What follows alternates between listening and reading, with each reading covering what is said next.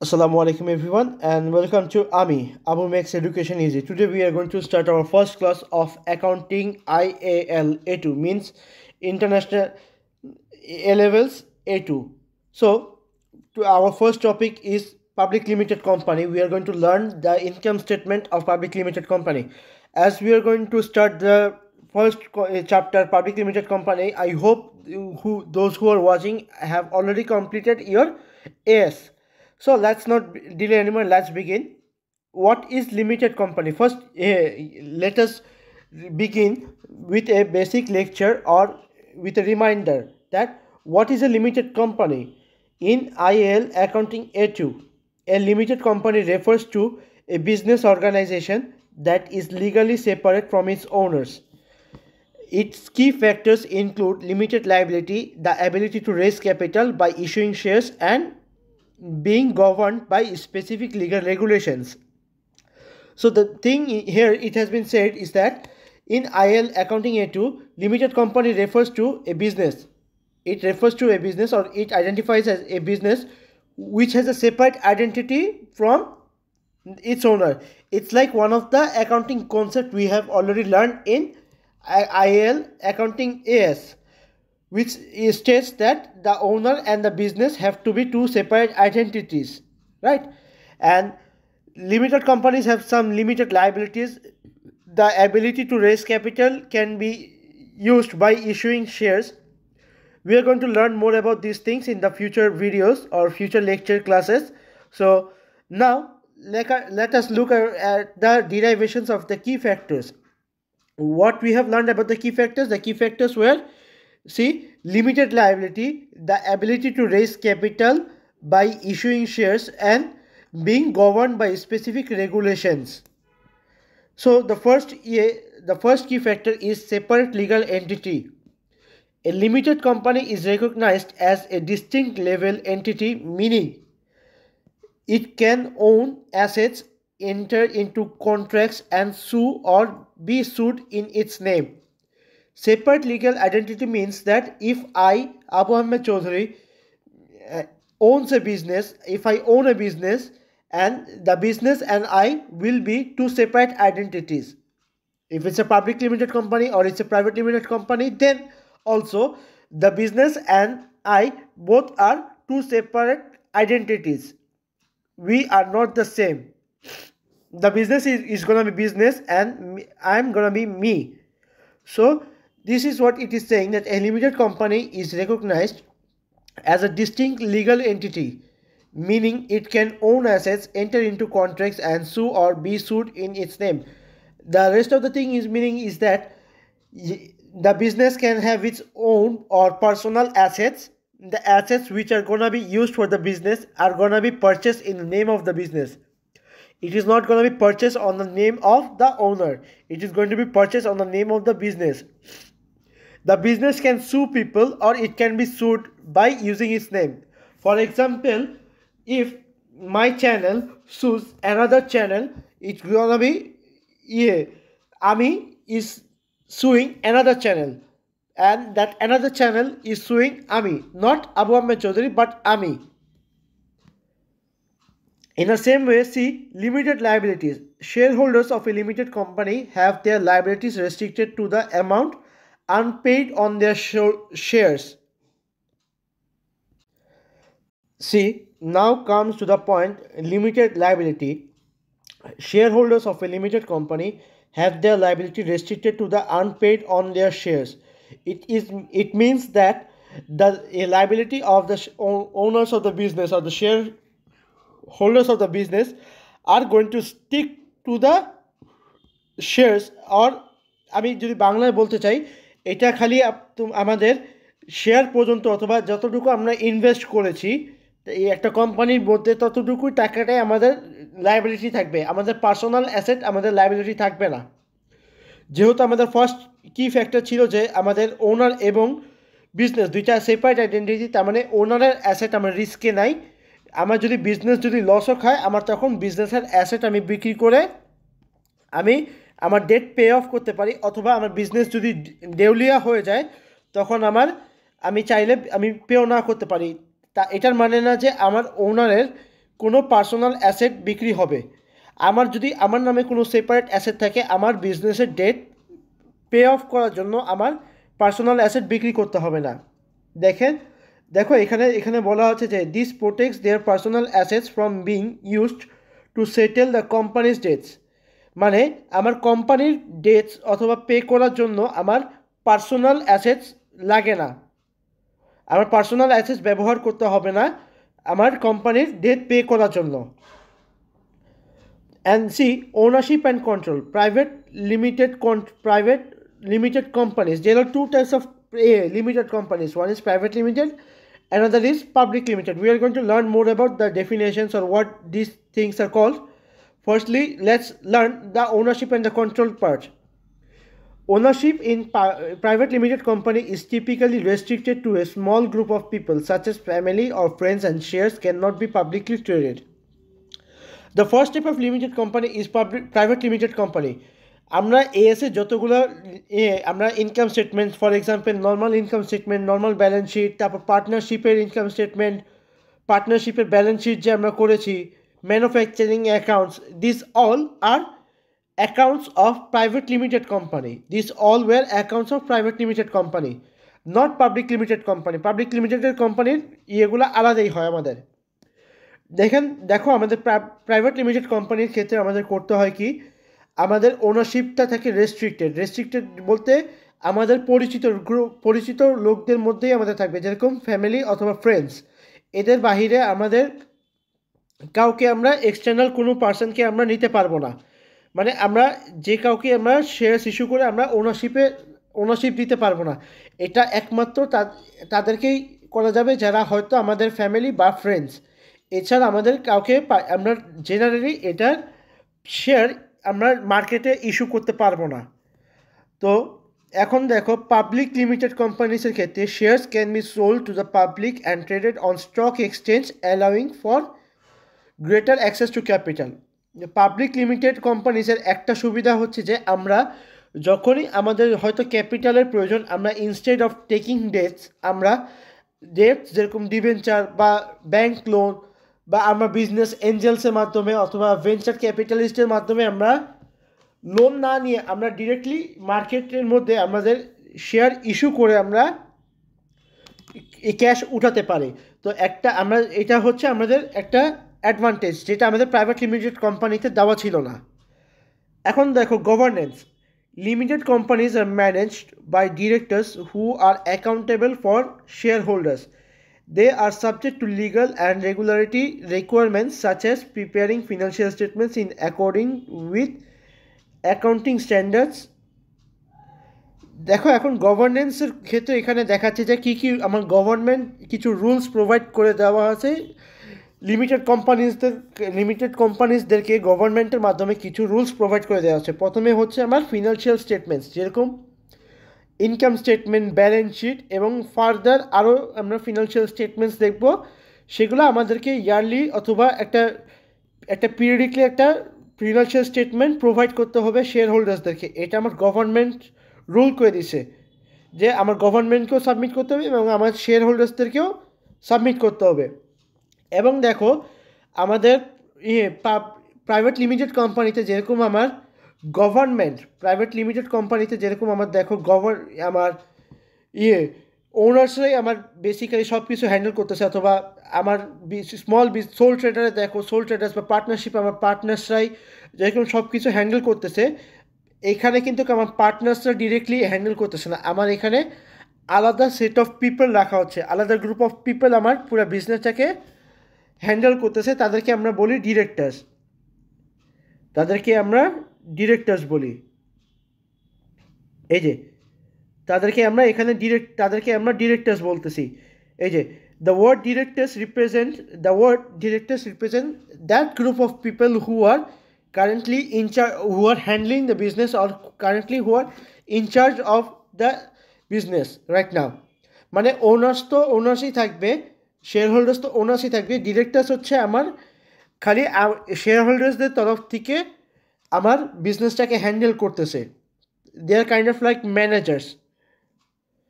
Limited companies are manage by directors. দেখো এখানে manage by directors বলতে এখানে বোঝাচ্ছে যে আমার পুরো বিজনেসের ডিসিশনগুলা ডিরেক্টরসে নিতেছে, যে আমার কোন প্রোডাক্টটা বর্তমান বেচা উচিত, কোন প্রোডাক্টটা আমি বেচবো না, কোন প্রোডাক্টটা আমার প্রডিউস করা উচিত, কোন প্রোডাক্টটার আমার বর্তমান খুব হাই ডিমান্ড, কোন প্রোডাক্টটা লো ডিমান্ড, সেরকম করে আমি কোন প্রোডাক্টটা বেশি বানাবো, কোন প্রোডাক্টটা আমি কম বানাবো, এগুলো সবগুলো ডিসিশন আমাদের ডিরেক্টরসে নিতেছে।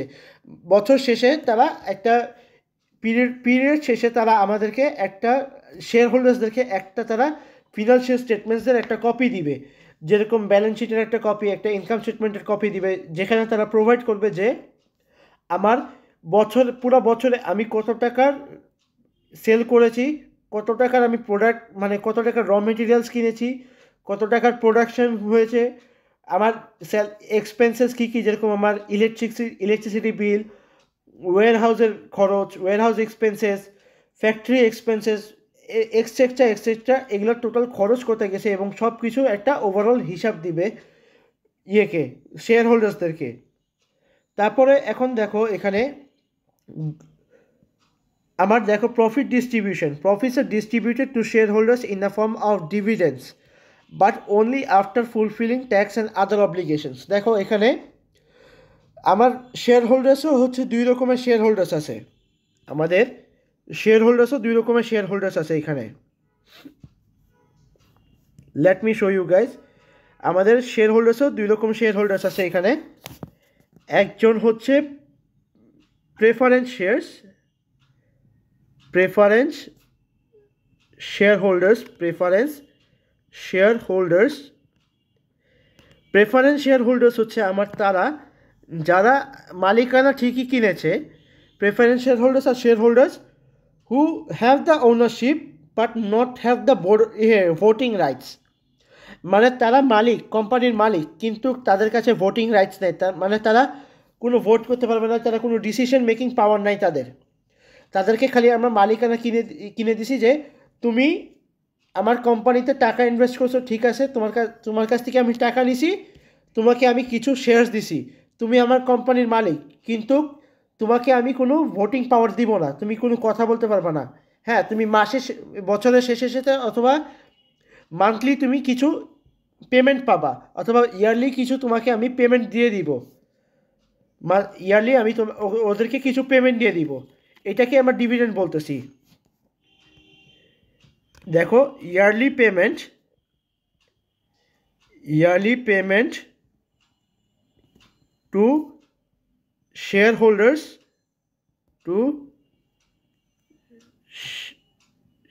হোল্ডার্সকে আমরা ডিভিডেন্ডস বলতেছি, মান্থলি পেমেন্টস টু শেয়ার হোল্ডার্সকে আমরা ডিভিডেন্ডস বলি। এইটা আমাদের প্রথমে আমাদের প্রেফারেন্স শেয়ার্সরাও পাবে, অর্ডিনারি শেয়ার্স যারা তাদেরও পাবে। এখন আসি আমরা অর্ডিনারি শেয়ার্স কাদেরকে বলে। আমরা শিখলাম প্রেফারেন্স শেয়ার হোল্ডার্স কাদেরকে বলে, এখন আসি আমরা অর্ডিনারি শেয়ার হোল্ডার্স কাদেরকে বলে। অর্ডিনারি শেয়ার হোল্ডার্স হচ্ছে the main owners,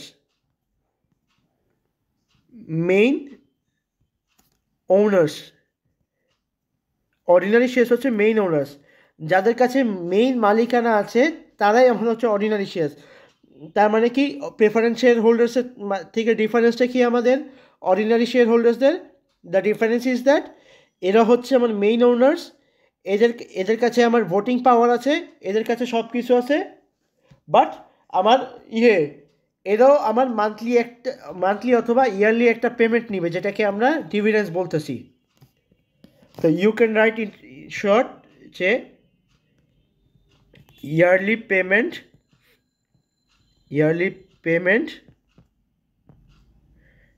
payment made to shareholders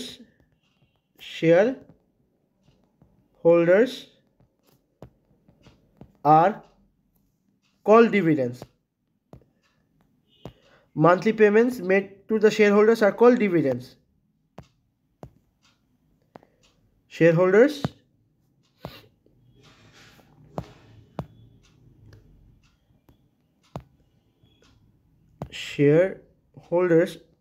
are called dividends. Dividends.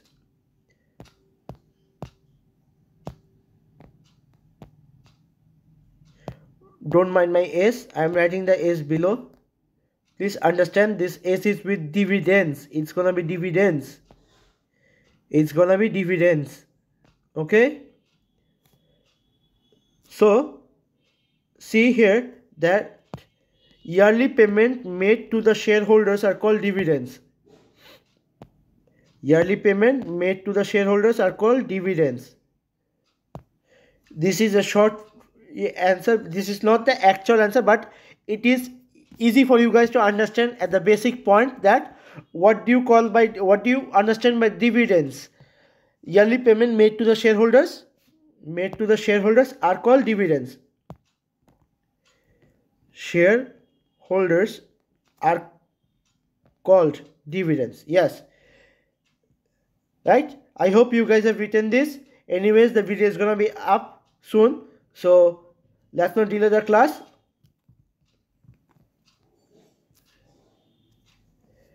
See here that profit distributions, profits are distributed to shareholders in forms of dividends.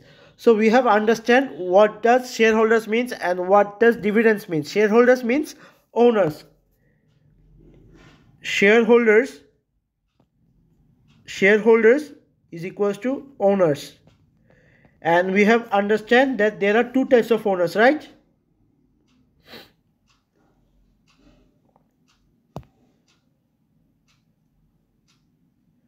We have seen that there are two types of owners. One is preferential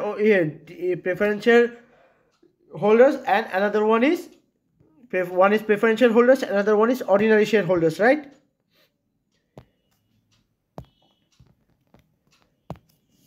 Let me write the whole thing once more. Shareholders is equals to owners. Two type of shareholders. Two types of shareholders. A, ordinary shares, ordinary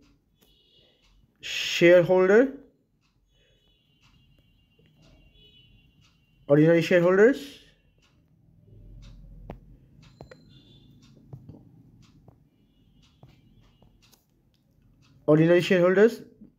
B, preference shareholders. Preference shareholders.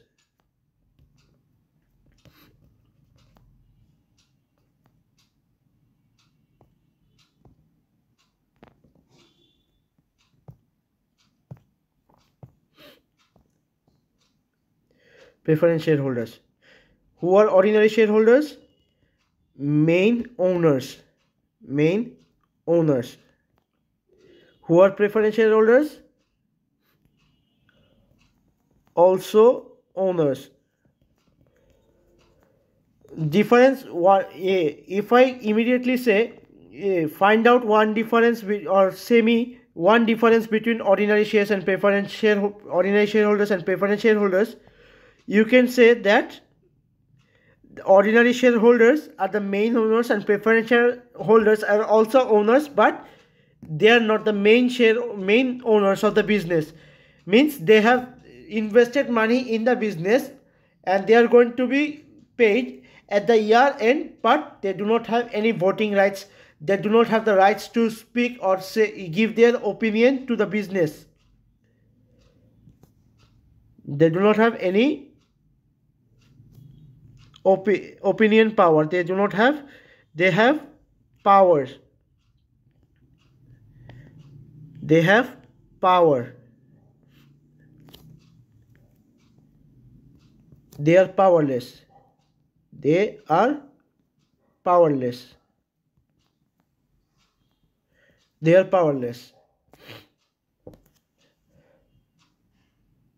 Now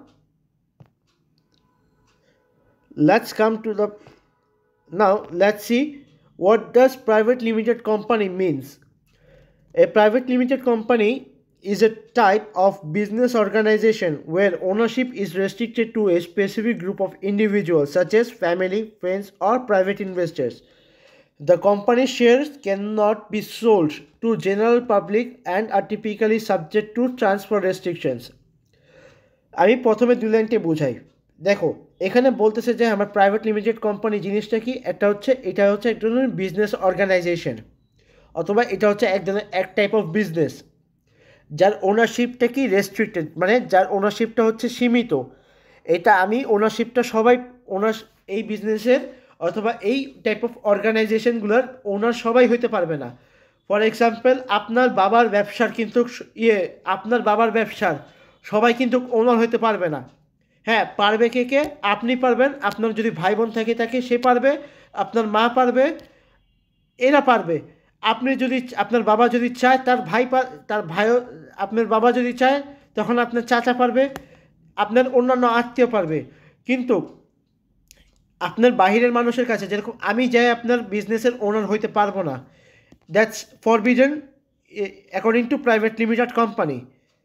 এরকমই অথবা আপনি যদি আরেকটা জিনিস চিন্তা করে দেখেন, এখন আপনি আর আপনি একটা ফ্রেন্ড মিলে একটা রেস্টুরেন্ট তৈরি করলেন, অথবা একটা রেস্টুরেন্ট আপনারা দাঁড়া করে আনেন, সেটার ওনার কে হইতে পারে?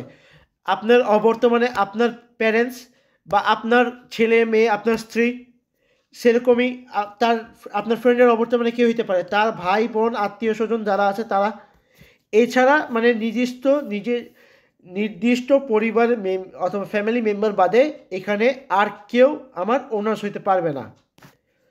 The company shares can not be sold to general public and are typically subject to transfer restrictions, মানে এখানে আমি চাইলেই যে কাউকে ওনার বানাতে পারবো না। This type of company is suitable for smaller businesses seeking limited liability protection while maintaining control over ownership. দেখেন, এখানে বলতেছে যে এগুলা বিজনেসগুলো সাধারণত ছোট বিজনেসগুলো হয়, যেরকম একটা রেস্টুরেন্টের বিজনেস, অথবা ছোটোখাটো ইম্পোর্ট এক্সপোর্টের বিজনেস, অথবা স্টেশনারি বিজনেস, অথবা ক্যান্টিন, এগুলো টাইপ অফ বিজনেসগুলো, যেরকম ছোটো ছোটো বিজনেসগুলো, সেগুলোর ক্ষেত্রে আমরা প্রাইভেট লিমিটেড কোম্পানি হয়। এগুলোর বিজনেসের মেইন টার্গেট হচ্ছে যে আমার লায়াবিলিটিটা কম থাকবে, লিমিটেড লায়াবিলিটি বেশি থাকবে, এবং আমার কন্ট্রোলটা থাকবে কি, আমার নিজেদের মধ্যে কন্ট্রোল থাকবে। যেরকম আপনি যদি স্কুল খুলেন একটা, বেশিরভাগ স্কুলে এখন করছে কি তারা নিজেদের লোকজনকেই আপনার আমি সাপোজ আমার প্রিন্সিপাল স্কুল খুললেন, আমি এক স্কুল খুললাম, আমি হলাম প্রিন্সিপাল, আমি আমার এক আমার বোনকে করলাম অথবা আমার ভাইকে করলাম আমি ভাইস প্রিন্সিপাল, আমি তারপরে আমার ছেলেকে করলাম অথবা আমার মেয়েকে করলাম আমি এক ক্যাম্পাসের হেড, আমি আমার আরেক সন্তানকে করলাম আরেক ক্যাম্পাসের হেড, আমার ভাইয়ের সন্তানকে করলাম আমি তৃতীয় ক্যাম্পাসের হেড। তো এরকম করে আমি আমার চেইন অফ কমান্ড যেটাকে বলে, আমার চেইন অফ কমান্ডে পুরোটাই আমার মানুষই থাকবে।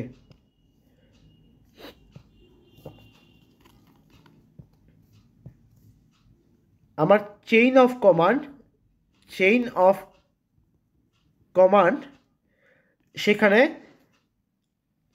আমাদেরই মানুষ থাকবে। Own people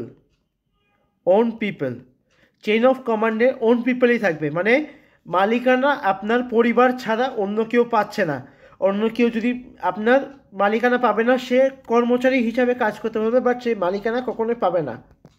but public limited কোম্পানিতে এই জিনিসটা হয় না। পাবলিক লিমিটেড কোম্পানিতে যে কেউ মালিকানা কিনতে পারে।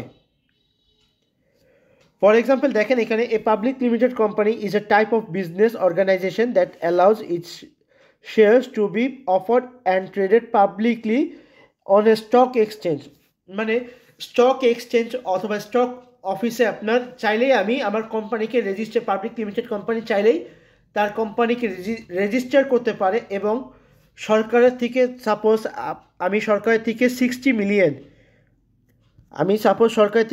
পারমিশন নিলাম যে আমি 60 মিলিয়ন শেয়ার্স আমি মার্কেটে ইস্যু করব।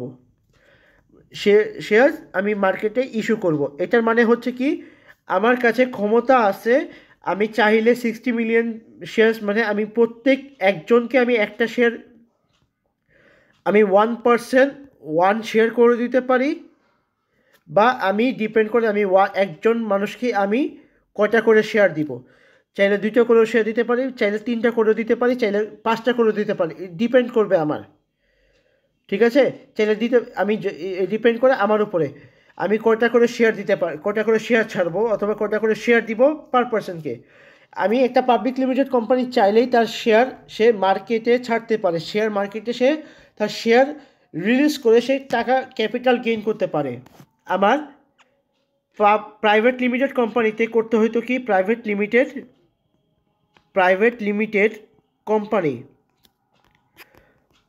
লিমিটেড কোম্পানির ক্ষেত্রে আমাদের করতে হতো যে আমাদের ডেট নিতে হইতো, অথবা আমাদের নতুন কোনো মালিক ইন্ট্রোডিউস করতে হইতো। নতুন কোনো মালিক হয়তো ফ্যামিলি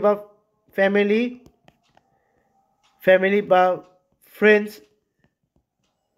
এদেরকে বিজনেসের মধ্যে মালিকানা কি দিয়ে আপনার এদের কাছ থেকে তখন টাকা উঠানো যেত।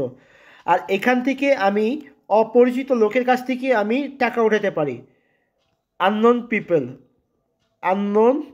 People can be owners. এখানে প্রাইভেট পাবলিক লিমিটেড কোম্পানির ক্ষেত্রে unknown people can be owners. আজকে আমাদের টপিকটা হচ্ছে পাবলিক লিমিটেড কোম্পানি। আজকে এটারই আমরা ইনকাম স্টেটমেন্টটা দেখব। তো এদিকে তাকাও সবাই, দেখো যে এখানে লেখা আছে যে ডিটেলসে পরে pound revenue minus cost of sales is equals to gross profit. তো এটা না দেখা আমি আপনাদেরকে এখানেই দেখাই, এটাই ভালো হবে। দেখো বেসিক অ্যাকাউন্টিংয়ের মতন এখানে খালি এস অ্যাকাউন্টিংয়ের যেরকম আমাদের এখানে 2টা দাগ টানতে হতো না, এই যে এরকম দোনোখানে পাউন্ড সাইন দিয়ে এ পাশে রেভিনিউ লিখে এখানে অ্যামাউন্ট বসাইতাম। বাট ইয়ের ক্ষেত্রে আমাদের এটুর ক্ষেত্রে সেরকম করতে লাগবে না, এটুর ক্ষেত্রে আমরা একটাই দিব। দেখেন এটুর ক্ষেত্রে আমরা একটাই দিব, এখানে লিখবো ডিটেলস, এখানে থাকবে পাউন্ড, এখানে লিখবো প্রথমে রেভিনিউ মাইনাস সিওএস, আমি এখানে কস্ট অফ সেলসই বুঝাচ্ছি।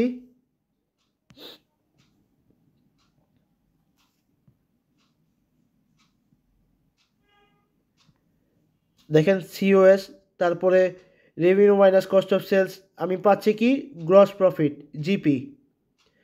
জিপির পরে আমি আরও কিছু জিনিস মাইনাস করব। এখন আমি কস্ট মাইনাস করব এখান থেকে। আমি আর একটু ডিটেলসে লিখি, দেখেন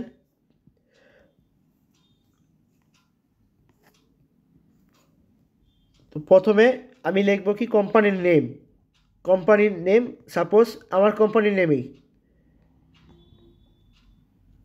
আমি,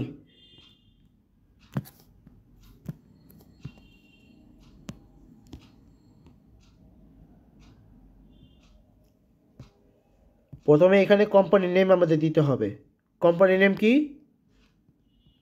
আমি। তারপর লিখতে হবে statement of profit or loss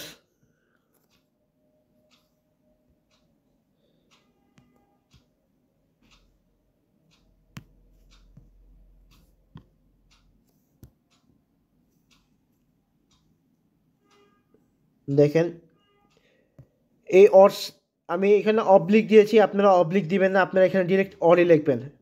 তো আচ্ছা, এই যে profit or loss, statement of profit or loss and other comprehensive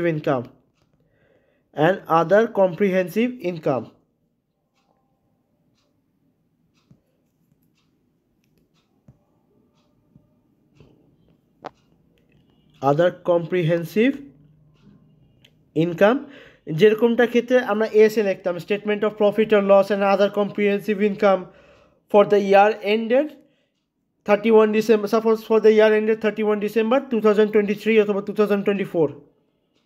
ঠিক আছে, এরপরে আসো এখন আমরা শুরু করি মেইন ম্যাথ শুরু করি।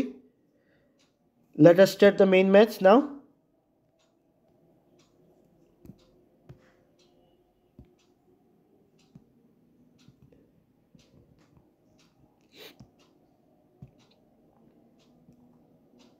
তো প্রথমে এখানে রেভিনিউ দিয়ে আপনি দিলেন, অ্যামাউন্ট বসাবেন, COS cost of sales, amount বসাবেন।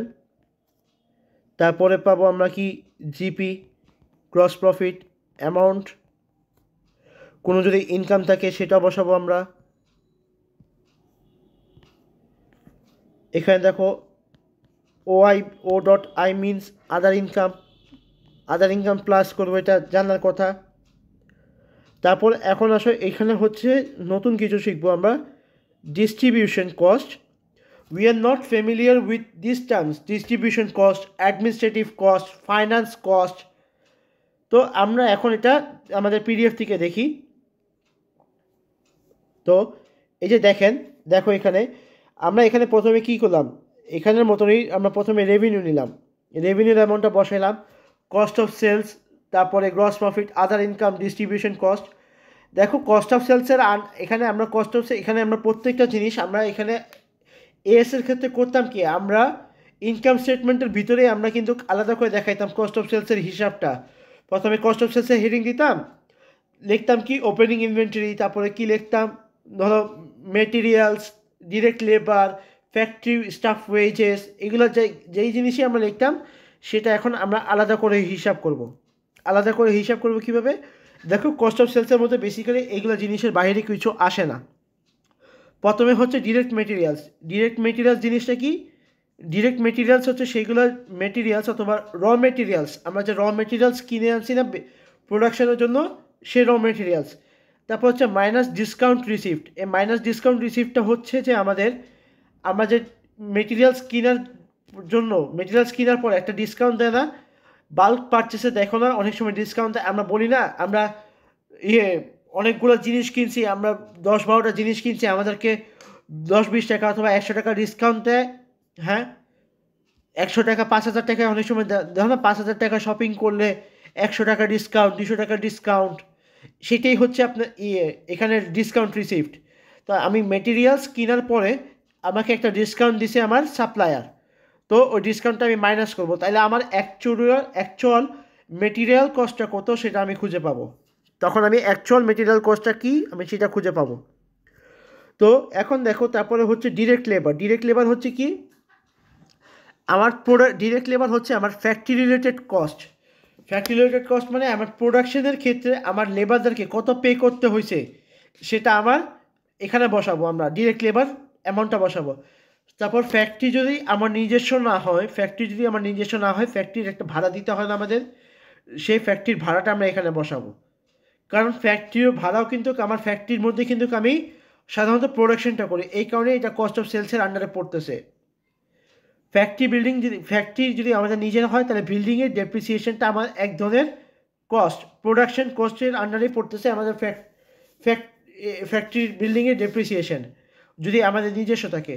তারপর দেখো depreciation of plant and machinery, আমার দেখো যেই জায়গা আমি যদি ফ্যাক্টরির যেই জায়গায় আমি বানাই, ফ্যাক্টরি যেই জায়গাটা আছে সেটার একটা আমার আছে না, সেই জায়গাটা যদি আমার নিজস্ব হয়, একটা প্লট আছে আমার, সেই প্লটের উপরে আমি ফ্যাক্টরি বানাই, আমি এখন প্রোডাকশন শুরু করছি, সে জায়গার একটা আলাদা ডেপ্রিসিয়েশন আছে না আমাদের, সেই ডেপ্রিসিয়েশনের ভ্যালুটা আমরা অ্যাড করব। তারপর আমাদের যে একটা প্রোডাকশনের জন্য যে মেশিনারি কিনতে হবে, সে মেশিনের একটা ডেপ্রিসিয়েশনের ভ্যালু আছে না, সেই ডেপ্রিসিয়েশনের ভ্যালুটা আমরা অ্যাড করব। তারপর দেখো আমাদের কিন্তু প্রত্যেকটা কিন্তু আলাদা আমাদের ডিরেক্টর থাকে অথবা আলাদা ম্যানেজার থাকে, এখানে হয়তো প্রোডাকশন ডিরেক্টর লেখা আছে, এখানে প্রোডাকশন ম্যানেজারও হইতে পারে। তো প্রোডাকশন ডিরেক্টর বা production manager salary plus research and development expenditure, আমি যখন নতুন কোনো কিছু বানাতে যাব, আমি কি বড় কোম্পানি করে কি তারা রিসার্চ করে প্রোডাক্টটাকে কীভাবে আরও ভালো বানানো যায়, কম্পিটিটর থেকে কীভাবে আমি আগে থাকতে পারি, এই কোনো আমাদের রিসার্চ করা হয়। রিসার্চ এবং ডেভেলপমেন্ট এক্সপেন্ডিচার সেটাও আমার কস্ট অফ সেলসের আন্ডারেই পড়বে। এবং আদার ফ্যাক্টরি ওভারহেডস মানে ফ্যাক্টরির ইলেকট্রিসিটি বিল, ফ্যাক্টরির গ্যাস বিল, তারপরে ফ্যাক্টরির জন্য আমার ধরো কোনো অন্যান্য খরচ যদি থাকে সেগুলো খরচও আমার ফ্যাক্টরি ওয়াটার বিল, সেগুলো আমার ফ্যাক্টরি ওভারহেডের আন্ডারে পড়বে। তারপর লেখো adjusted inventory of finish goods, এটা বলেই দেওয়া থাকবে ওপেনিং ইনভেন্টরি এবং ক্লোজিং ইনভেন্টরি, এটা বলা থাকবে। আমরা অ্যাডজাস্টেড ইনভেন্টরিটা কীভাবে লিখবো, ওপেনিং ইনভেন্টরি থেকে ক্লোজিং ইনভেন্টরিটা মাইনাস করবো। Same goes with work in progress. I hope তোমরা এটা জানো ওয়ার্ক ইন প্রোগ্রেস এবং ফিনিশ গুডসের ডিফারেন্সটা। ওয়ার্ক ইন প্রোগ্রেস হচ্ছে আমার সেইগুলোর ইনভেন্টরি যেগুলোর মধ্যে এখনও আমার কাজ চলতেছে, যেগুলোর মধ্যে এখনও কাজ চলতেছে। ফর এক্সাম্পল আপনি মোবাইলের ফ্যাক্টরি, আমার মোবাইল বানানোর ফ্যাক্টরি আছে, আমার কি ওয়ার্ক ইন প্রোগ্রেস ইনভেন্টরিগুলো হচ্ছে যে ধরো মোবাইল, সেগুলো মোবাইল আমার যেগুলো অর্ধেক বানানো হয়েছে এখনও অর্ধেকের কাজ বাকি, অথবা 95% বানানো হয়েছে 5% কাজ বাকি, সেগুলো হচ্ছে আমার ওয়ার্ক ইন প্রোগ্রেস ইনভেন্টরি। আর ফিনিশ গুডস ইনভেন্টরি হচ্ছে আমার ফুলফিল মোবাইলগুলা। ফর এক্সাম্পল আমার মোবাইল বানানোর ফ্যাক্টরি যেহেতু আমার 10টা মোবাইল পুরোপুরি বানানো হয়ে গেছে, 15টা মোবাইল এখনও অর্ধেক বানানো হয়েছে। তো যে 15টা মোবাইল আমার অর্ধেক বানানো হয়েছে সেটা যাবে আমার ওয়ার্ক ইন প্রোগ্রেসে, আর যেটা যাবে আমার 10টা মোবাইল যেটা আমার ফুললি বানানো হয়েছে সেটা যাবে আমার ফিনিশ গুডসে। আর অ্যাডজাস্টেড ইনভেন্টরি আমরা বের করি কীভাবে, opening inventory minus closing inventory. আর আমরা পাচ্ছি কি টোটাল কস্ট অফ সেলস। এই যে টোটাল কস্ট অফ সেলসের যে ভ্যালুটা পাবো আমরা, এইটাই আমরা এখানে বসাই দিতেছি cost of sales working one করে। দেখো এখন তোমরা বড় হচ্ছে, এখন এটা তোমরা বুঝবা যে পাবলিক লিমিটেড কোম্পানিতে শেয়ার হোল্ডার্সদের আমাদের এত টাইম নাই যে তারা প্রত্যেকটা ইন্ডিভিজুয়াল ওয়ার্কিংকে তারা আইডেন্টিফাই করবে, যেরকম ওপেনিং ইনভেন্টরি প্লাস এখানে কিন্তু এখন আমরা করবো ছোট ছোট জিনিস দিয়ে করবো, বাট অ্যাকচুয়ালি কিন্তু এগুলো অনেকগুলো প্রোডাকশন ইউনিট থাকে, কস্ট অফ সেলস কিন্তু হিউজ থাকবে। তো এত ঝামেলা করার কোনো কারো নাই। তো তারা শেয়ার হোল্ডার্সরা মেনলি দেখে কি আমার রেভিনিউ কত ছিল, আমার গ্রস প্রফিট কত, আমার ট্যাক্স দেওয়ার আগে আমার প্রফিট কত হয়েছে, ট্যাক্স দেওয়ার পরে আমার প্রফিট কত হয়েছে। তারা এই 3টা জিনিসই দেখে, এই 3টা থেকে 4টা জিনিসই দেখে তারা। তো আজকের জন্য ক্লাসটা এখানে শেষ করি। নেক্সট ক্লাসে ইনশাআল্লাহ আমরা আদার ইনকাম, ডিস্ট্রিবিউশন কস্ট এবং বাকি যা আছে ইনকাম স্টেটমেন্ট রিলেটেড সেগুলো আমরা শেষ করব।